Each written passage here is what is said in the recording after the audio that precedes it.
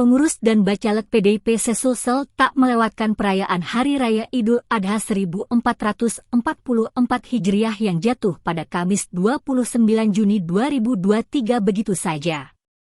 Dari hasil patungan pengurus dan Bacalek PDIP se-Sulsel, berhasil mengumpulkan 174 ekor sapi dan kambing.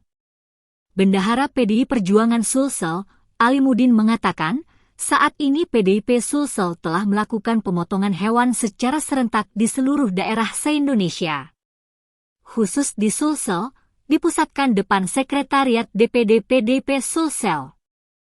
PDIP Sulsel menggelar kurban bareng di 24 daerah se-Sulawesi Selatan.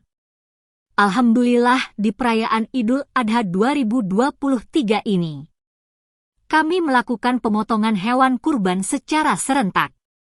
Totalnya 174 hewan kurban. Terdiri dari sapi 161 ekor dan kambing 13 ekor, ujar Alimuddin, Kamis, 29 Juni 2023.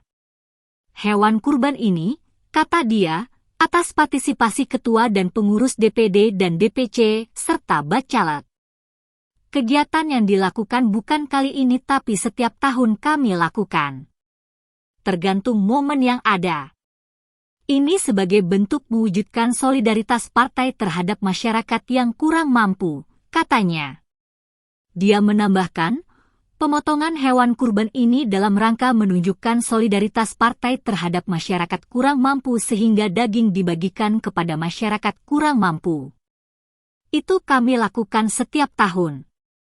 Insya Allah kita akan tingkatkan jumlah pemotongan sesuai dengan kemampuan karena apa yang kita lakukan ini tidak lepas dari keikhlasan kami sebagai kader partai, jelasnya. Dan memang kita senantiasa diinstruksikan oleh partai untuk melakukan kegiatan-kegiatan keagamaan di berbagai momentum keagamaan, tambahnya.